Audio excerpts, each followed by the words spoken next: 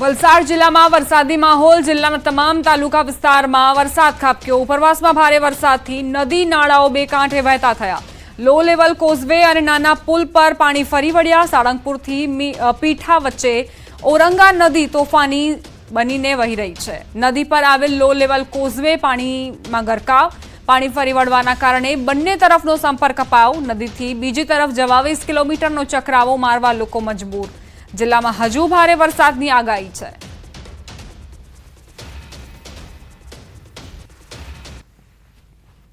છોટાઉદેપુરની જીવાદોરી સમાન ઓરસંગ નદી બે કાંઠે વહી રહી છે. ઉપરવાસમાં વરસાદને લઈ નદીમાં પાણીની પુષ્કળ આવક.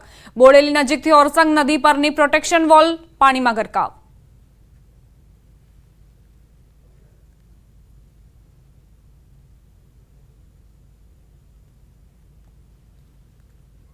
વાત હવે રાજકોટની. જિલ્લાના ધોરાજીમાં વરસાદી માહોલ.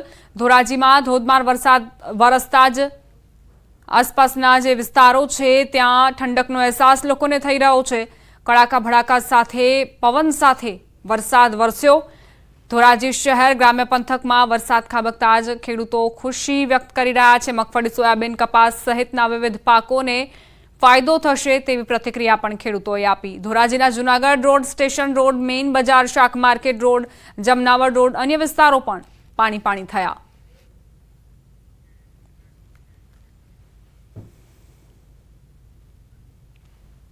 રાજકોટ જિલ્લાના ધોરાજી શહેરમાં ધોધમાર વરસાદ વરસ્યો. આગાહી મુજબ શહેરમાં ધોધમાર વરસાદ ચાલુ છે. વિવિધ વિસ્તારો પર નદી જેવા દ્રશ્યો જોવા મળ્યા. રસ્તાઓ પર પાણીનો ધસમસતો પ્રવાહ નજરે પડ્યો. ભારે વરસાદના કારણે વાહન ચાલકોને ભારે અગવડતા પડી.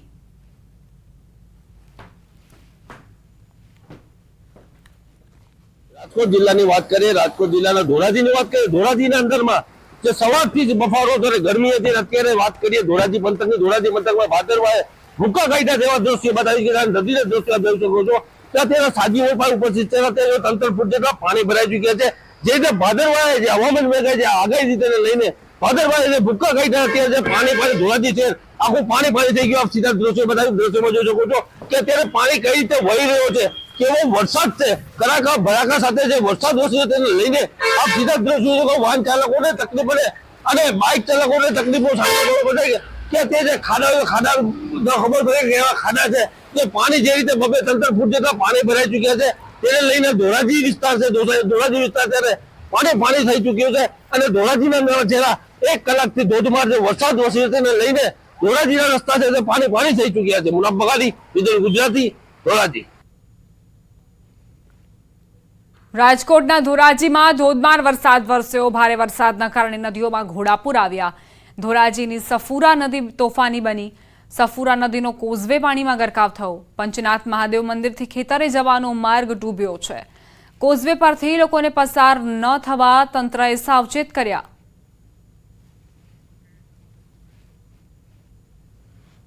રાજકોટ જિલ્લાની વાત કરીએ, રાજકોટ જિલ્લાના ધોરાજી પંથકની વાત. ધોરાજી પંથકમાં છેલ્લા 1 કલાકથી ધોધમાર જે વરસાદ વરસ્યો તેને લઈને સફુરા નદી છે તે બે કાંઠે છે ત્યારે ગાંધીપુર બની. દ્રશ્યો બતાવીશ કે સફુરા નદી છે અત્યારે ગાંધીપુર બની છે અને સામેનો જે રસ્તો છે પંચનાથ મંદિરનો તે કોઝવે અને પાણીનાળામાં ગરકાવ થઈ ગયો તેને લઈને અત્યારે કોઝવે સંપૂર્ણ બંધ કરવામાં આવ્યો છે.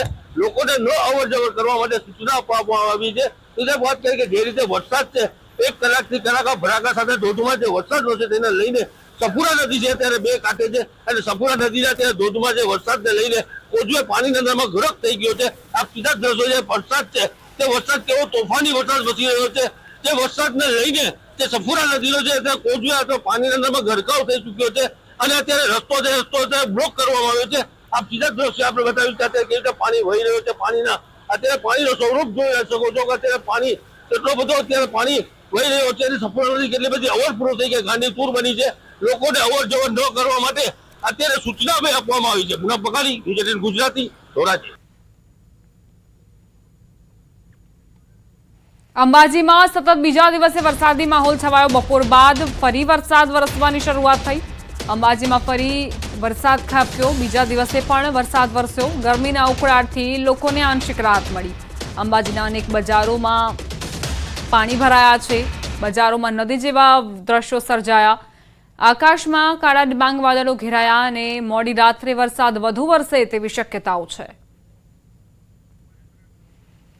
સંવાદદાતા મહેન્દ્ર અગ્રવાલ જોડાઈ ગયા છે વધુ જાણકારી સાથે। મહેન્દ્ર, અંબાજીની બજારોમાં શું સ્થિતિ અને વરસાદ ખાબક્યો છે ત્યારબાદ દર્શનાર્થીઓ કેવા પ્રકારની પ્રતિક્રિયાઓ આપી રહ્યા છે?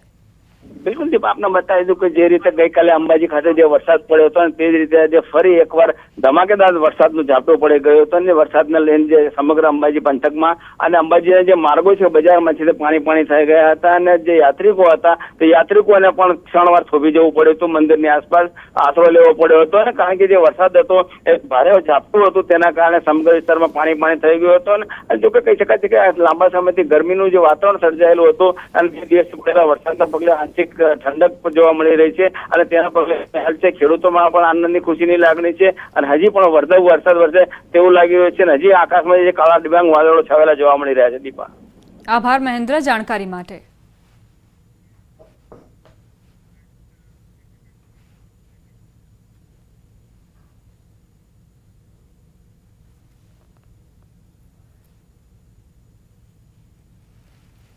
જૂનાગઢમાં ધોધમાર વરસાદ ખાબક્યો। ભવનાથમાં ઘોડાપુર ગિરનાર પર્વત પર ભારે વરસાદ વરસ્યો।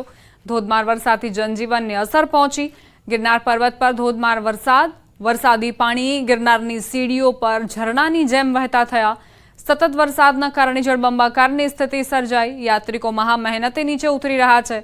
બપોર બાદ ગિરનાર પર્વત પર ધોધમાર વરસાદ વરસ્યો। ભાદરવા મહિનામાં અષાઢી માહોલ જોવા મળ્યો। રોપવે સેવા બંધ કરવાની ફરજ પડી। ભવનાથ વિસ્તાર પણ પાણી થયું। સંવાદદાતા અતુલ વ્યાસ જોડાઈ ગયા છે વધુ જાણકારી સાથે। અતુલ, જૂનાગઢમાં વરસાદી વાતાવરણ કયા વિસ્તારો પ્રભાવિત? જે દીપા આપને ચોક્કસ આજે બપોર બાદ જોવા જાય તો જૂનાગઢ જિલ્લામાં સાર્વત્રિક મેઘમહેર છે અને 2 થી 4 દરમિયાન 1 થી લઈને 2 ઇંચ જેટલો વરસાદ ખાબકે છે।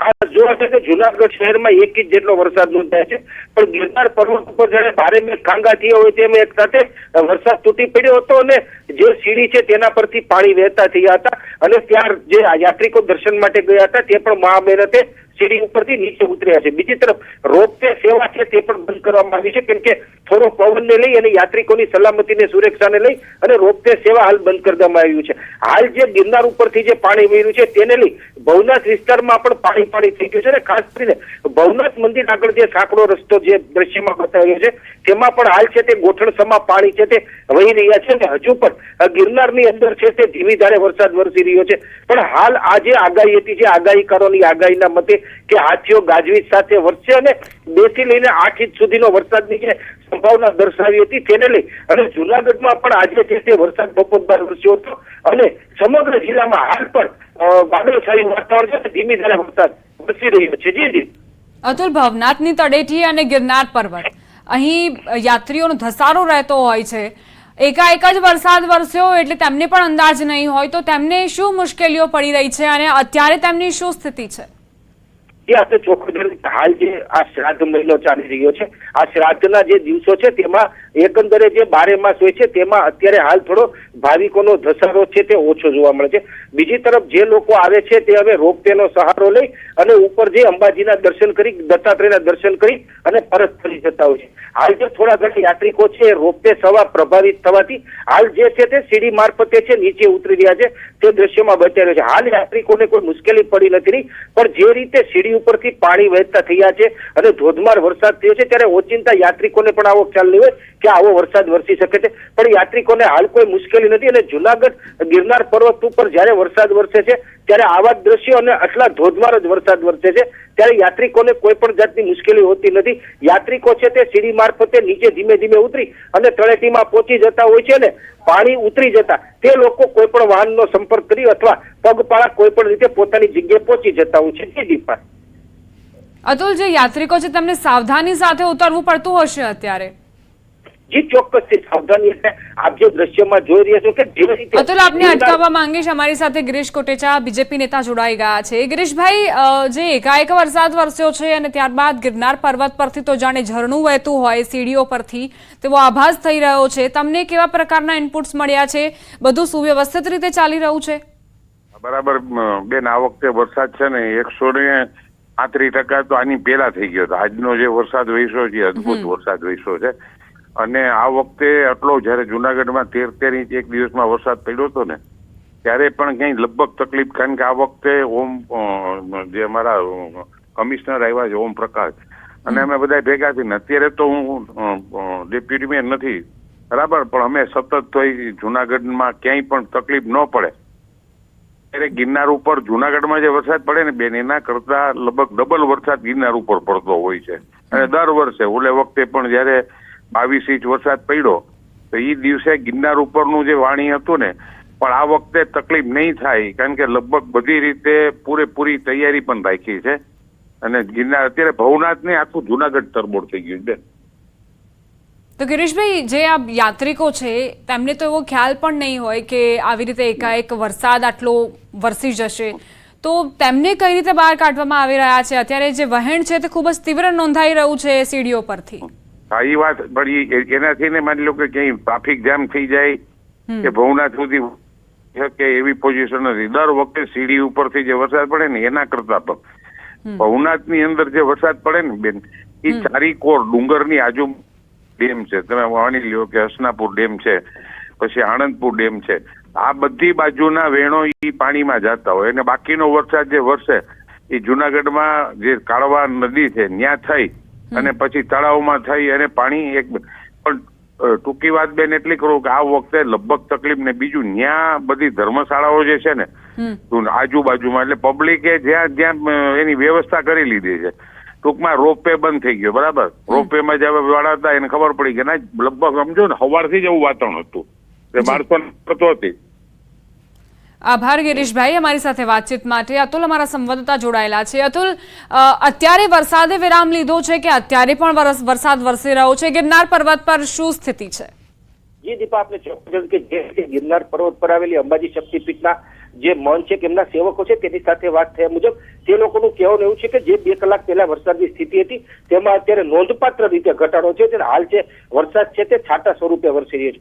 બીજું આપણે બજેતું કે આ જે ઝરણા છે, જે ગિરનાર ઉપરના ઝરણા છે તે તમામ છે ઝરણા છે તે અહીં આવેલા ડેમોમાં છે તે જતા હોય છે, જેને લઈ અને થોડો કોઈ વરસાદ જો ધીમો પડે અથવા થોડો વરસાદ વિરામ લે તો આ જે સીડી ઉપરથી થતા પાણી છે એ પણ થંભી જાય છે અને તે પણ પોતાની રીતે છે તે ડેમ અને અન્ય જગ્યામાં જતા રહે છે. એટલે હાલ યાત્રિકોને કોઈ મુશ્કેલી સામે આવી નથી અને દર વર્ષે આવી જે પરિસ્થિતિ થાય છે, આ તો આ ભાદરવા મહિનામાં પરિસ્થિતિ થઈ, બાકી અષાઢ કે શ્રાવણ કે જયારે ખૂબ વરસાદનું જોર હોય ત્યારે પણ આ રીતે ગિરનારની સીડી ઉપરથી પાણી ઓચિંતા જ વહેવા લાગે છે. ત્યારે યાત્રિકો છે તે સરળતાથી અને સલામતીથી નીચે ઉતરી રહ્યા છે. જે આ દ્રશ્યો બાજુ આજ સુધી કોઈ એવો બનાવ બનવા નથી પામ્યો કે કોઈ યાત્રિકોને આ પાણીને લઈને કોઈ મુશ્કેલી ઉભી થઈ હોય અથવા કોઈ યાત્રિકને કોઈ ઈજા પહોંચી હોય. આજ સુધી એવો બનાવ નથી બન્યો અને યાત્રિકો પણ નીચે ઉતરી નજીકની આવેલી ધર્મશાળામાં આશરો લઈ લેતા હોય છે. જી દીપા. આભાર અતુલ જાણકારી આપવા માટે.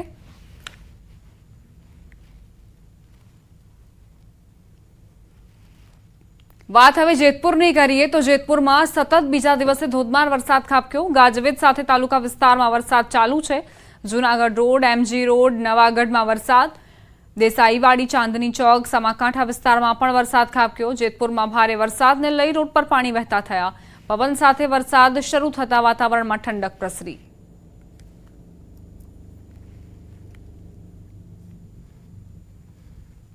ઉપલેટાની વાત કરીએ તો બપોર બાદ વાતાવરણમાં અચાનક પલટો જોવા મળ્યો. ઉપલેટા શહેર તેમજ ગ્રામ્ય પંથકમાં ધીમી ધારે વરસાદ વરસી રહ્યો છે. લાંબા વિરામ બાદ મેઘરાજાનું ઉપલેટામાં આગમન થયું. જીરાપા પ્લોટ, રબારીવાસ, દ્વારકાધીશ સોસાયટી વિસ્તારમાં વરસાદી જમાવટ જોવા મળી. તો સ્વામિનારાયણ સોસાયટી, સિંધી બજાર, કાદી વિસ્તારમાં પણ વરસાદ ખાબક્યો. ખાખીજાડિયા, વાડલા, સેવંતરા, ડુમિયાણી, ચીખલિયા ગામોમાં વરસાદ ચાલુ છે. વરસાદના પગલે વાતાવરણમાં ઠંડક પ્રસરી.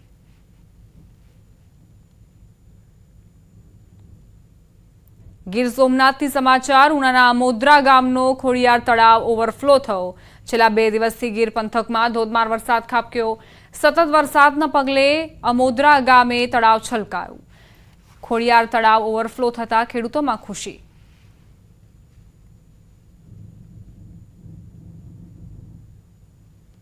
સમાચાર તાપીથી પ્રાપ્ત થઈ રહ્યા છે. ઉકાઈ ડેમમાં પાણીની આવક નોંધાઈ. ઉકાઈ ડેમની જળ સપાટી 344.13 ફૂટે પહોંચી. ડેમના 22 પૈકી 10 દરવાજા ખોલાયા. ડેમમાં હાલ 1,46,675 ક્યુસેક પાણીની આવક. ડેમમાંથી 1,24,762 ક્યુસેક પાણી તાપી નદીમાં છોડાયું. નીચાણવાળા વિસ્તારોને સાવચેત કરાયા. ડેમની ભયજનક સપાટી 345 ફૂટ છે.